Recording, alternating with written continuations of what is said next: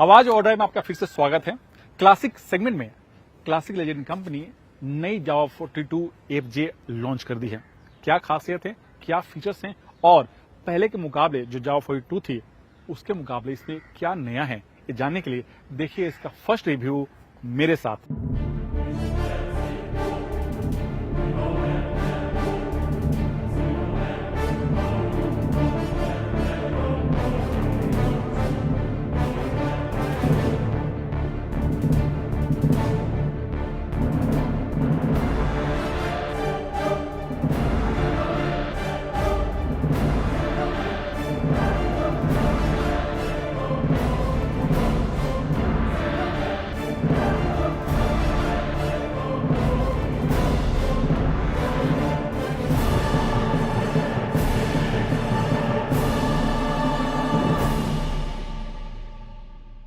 जावा ने classic segment में अपनी जावा 42 FJ लॉन्च कर दी है।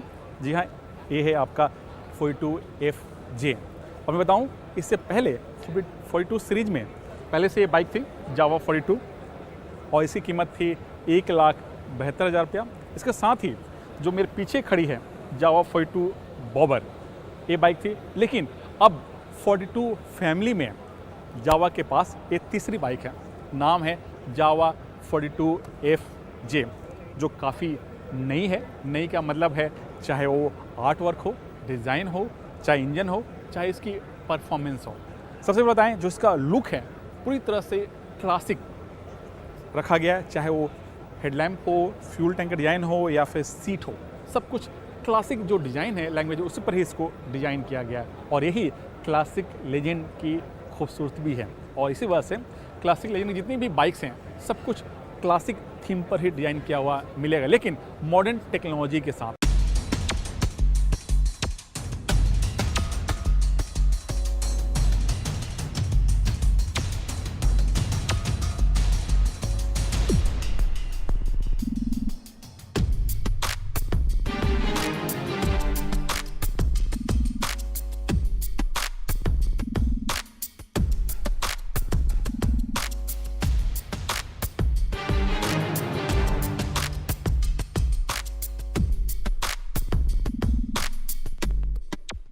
सबसे पहले बात करें, जो इसका हेडलैम्प देखें, ये राउंड शेप में है और इसमें LED का इस्तेमाल किया गया है। और इसमें जितने भी लाइट्स इस्तेमाल किए गए हैं, चाहे वो हेडलैम्प हो, आपका टर्न इंडिकेटर हो या पीछे का टेल लैम्प, सब में आपको LED दिया गया है। और जो इसका स्पीडोमीटर आप देखें गौर से, ये भी आपका राउंड शेप में रखा गया और ये पूरी तरह से डिजिटल है। और इसका जो फ्रंट का जो टायर है, इसका जो डायमेंशन है वो है 18 इंच, लेकिन जो रियर का डायमेंशन है वो है 17 इंच। और टायर का थोड़ा सा वाइडर रखा गया है ताकि आपको बेहतर स्टेबिलिटी मिल रहे। ब्रेक की बात करें तो फ्रंट में आपको, आप देखिए, बड़ा सा डिस्क ब्रेक दिया गया और इसका डायमेंशन है 320 mm, जबकि जो मेरे पीछे 42 खड़ी है उसका डायमेंशन छोटा रखा गया है। और इसमें आपको ड्यूल चैनल ABS दिया गया है, शॉर्ट फेंडर रखा गया है। और जो इसका आपका अलॉय व्हील का है डिज़ाइन है, ये भी काफ़ी खूबसूरत है। आप गौर से देखें, इसके अंदर माइनर ट्रिक किया गया है। आप देखिए यहाँ पर 42 लिखा हुआ है इसके व्हील्स पर ही। और ये जो छोटी छोटी चीज़ें होती हैं ये दिल को आ जाता है, देख कर आपको इस पर मतलब खूबसूरती, इतनी से डिटेलिंग की गई है ताकि आपको देखते ही इस पर आपको आ जाएगा, नहीं ये बाइक सच में क्लासिक रखा गया है। जो इंजन है, इंजन की बात करें तो इसमें अल्फा 2 सीरीज का नया इंजन है और इसकी जो कैपेसिटी है 350 cc। जी हाँ, जो इंजन आप देख रहे हैं इसकी कैपेसिटी है 350 cc इंजन। और जो पावर आउटपुट है वो है 29.2 bhp। टॉर्क वो भी काफ़ी अच्छा है। जी हाँ, 29.6 न्यूटन मीटर टॉर्क है, यानी जो कूलिंग पावर है वो काफ़ी अच्छा है। और इसमें 6 स्पीड गियर दिया गया है और साथ ही असिस्ट स्लीपर क्लच भी दिया गया। और ये इंजन आप गौर से देखें, ये सिंगल सिलेंडर है लेकिन लिक्विड कूल है और इसके लिए यहाँ पर आपको रेडिएटर का इस्तेमाल किया गया है। और जो कूलेंट जो दिया गया, कूलेंट का टैंक आपको यहाँ पर दिया गया है। और इसका जो ग्राउंड क्लियरेंस है वो भी काफ़ी अच्छा खासा है। एक क्लासिक बाइक होने के साथ साथ आप थोड़ा सा सेमी ऑफ रोड में भी जा सकें, इसके लिए जो इसका ग्राउंड क्लियरेंस है उसका साइज है 178 mm। और जो इसका सीट देख रहे हैं, 2 लोग आराम से बैठ कर सफ़र कर सकते हैं। और जो सीट का डिज़ाइन है काफ़ी खूबसूरती के साथ रखा गया है। और जो सीट का हाइट है वो है नीचे से ऊपर, वो है 780 mm। फ्यूल टैंक एकदम क्लासिक रखा गया है। और जो फ्यूल फिलर कैप है सेंटर की जगह थोड़ा सा साइड में रखा गया है। और ये पुराने जब आप बाइक देखेंगे उसमें भी सेम स्टाइल मिलता था। और यहाँ पर एक बड़ा सा एक बैजिंग दिया गया, 42 लिखा गया। और यहाँ पर कंपनी आपको कई सारे कलर ऑप्शन, डिज़ाइन थीम आपको दे रही है और उसी हिसाब से आपको प्राइस डिसाइड होता है। फ्यूल टैंक की जो कैपेसिटी है वो है 12 लीटर। पीछे की बात करें, जो पीछे का डिज़ाइन है उसे आप यहाँ पर देखें, ड्यूल एग्जॉस्ट रखा गया है आपका राइट साइड में और लेफ्ट साइड में। और जो एग्जॉस्ट को ब्लैक थीम रखा गया है। और इसमें जितने भी चीज़ हैं, चाहे वो शॉक एब्जॉर्बर हो, आपका एग्जॉस्ट हो, चाहे इंजन हो, चाहे वो ग्रैब रेल हो, सब में आपको ब्लैक कोटिंग दिया गया है। यानी ब्लैक और कलर थीम दोनों को मैच करके इस जावा 42 FJ को डिज़ाइन किया गया।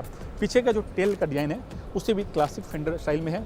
और छोटा सा यहाँ पर टेल लाइट दिया गया और 2 छोटे छोटे टर्न इंडिकेटर दिए गए हैं।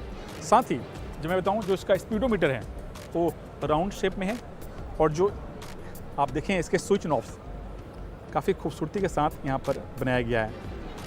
ये पहले आपको 42 में आपको नहीं मिलेगा। दूसरी चीज़ मैं बताऊँ, जो इसका व्हील बेस का साइज़ है वो है 1440 mm। यानी जब आप इस बाइक को हाईवे पर चलाएंगे तो आपको बेहतर स्टेबिलिटी मिले, ताकि आप टर्न के दौरान भी आप बेहतर फील कर सकें। इसी वजह से जो इसका व्हील बेस का साइज़ है, जो पुरानी वाली जो बाइक है 42, ये जो बाइक देख रहे हैं, इसके मुकाबले इसमें आपको ज़्यादा लॉन्ग व्हील बेस मिलता है 1440 mm, ताकि आपको बेहतर स्टेबिलिटी मिले हाई स्पीड में भी। और ब्रेकिंग के लिए आपको इसमें ड्यूल चैनल ABS दिया गया है। कीमत की बात करें तो इस जावा 42 FJ की जो शुरुआती कीमत है वो है 2 लाख रुपया। और उसमें आपको क्या मिलता है, उसमें आपको एलॉय व्हील नहीं मिलता है, उसमें स्पोक व्हील मिलता है। जबकि जो इसका टॉप वेरिएंट है, जो आप देख रहे हैं टॉप वेरिएंट है, और इसी कीमत है 2,20,000 रुपया। और इस बाइक का सीधा जो मुकाबला है जो रॉयल एनफील्ड की जो क्लासिक 350 है उससे है।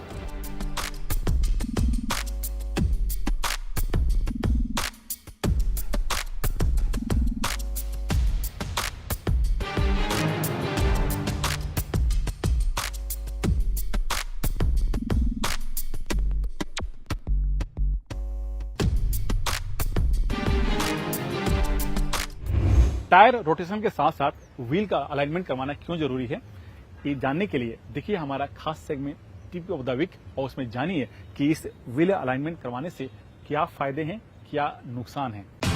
व्हील अलाइनमेंट और व्हील बैलेंस सही नहीं होने पर गाड़ी के टायर एक साइड ज्यादा घिस जाते हैं। इसलिए जरूरी हो जाता है कि समय समय पर व्हील अलाइनमेंट और व्हील बैलेंस जरूर करवा लें। कार के चारों पहियों की सही अलाइनमेंट नहीं हो तो गाड़ी की सस्पेंशन और स्टीयरिंग पर इसका असर पड़ता है। स्टीयरिंग में लगी मोटर जल्द खराब हो सकती है, इससे स्टीयरिंग फेलियर का खतरा बढ़ जाता है। साथ ही गाड़ी की सस्पेंशन में भी दिक्कत आ सकती है। खराब व्हील अलाइनमेंट आपके कार चलाने के तरीके पर भी असर डालती है। कार सीधी नहीं चल पाती और आपको लेन में सीधे चलते रहने के लिए स्टीयरिंग पर कुछ ज्यादा जोर लगाना पड़ता है। इससे ड्राइव का मजा खराब होता है। साथ ही ड्राइव करते वक्त ये लगता रहता है कि गाड़ी एक साइड ज्यादा भाग रही है। व्हील अलाइनमेंट के साथ व्हील बैलेंस का भी सही होना जरूरी है। व्हील बैलेंस सही नहीं होने से तेज स्पीड पर गाड़ी चलाते वक्त गाड़ी में वाइब्रेशन होने लगता है। इसलिए जरूरी है कि व्हील अलाइनमेंट के साथ व्हील बैलेंस भी जरूर करवा लें। स्पेशलिस्ट और ऑथराइज्ड डीलर से ही व्हील अलाइनमेंट और व्हील बैलेंस करवाएं। सही इंस्ट्रूमेंट और सही टेक्नीशियन नहीं होने पर व्हील का अलाइनमेंट ठीक से नहीं हो पाता है। इससे ड्राइविंग करते समय खराब ब्रेकिंग और लगातार थरथराहट की समस्याएं आ सकती हैं। समय हो गया छोटे से ब्रेक का। ब्रेक के बाद हमारे ऑटो एक्सपर्ट टूटू हम बताएंगे होंडा सिटी और मारुति सियाज में कौन सी गाड़ी लेनी चाहिए। साथ ही उन तमाम सवालों के जवाब देंगे जो आप हमें आवाज और ड्राइव के ऑफिशियल फेसबुक पेज पर पूछते हैं।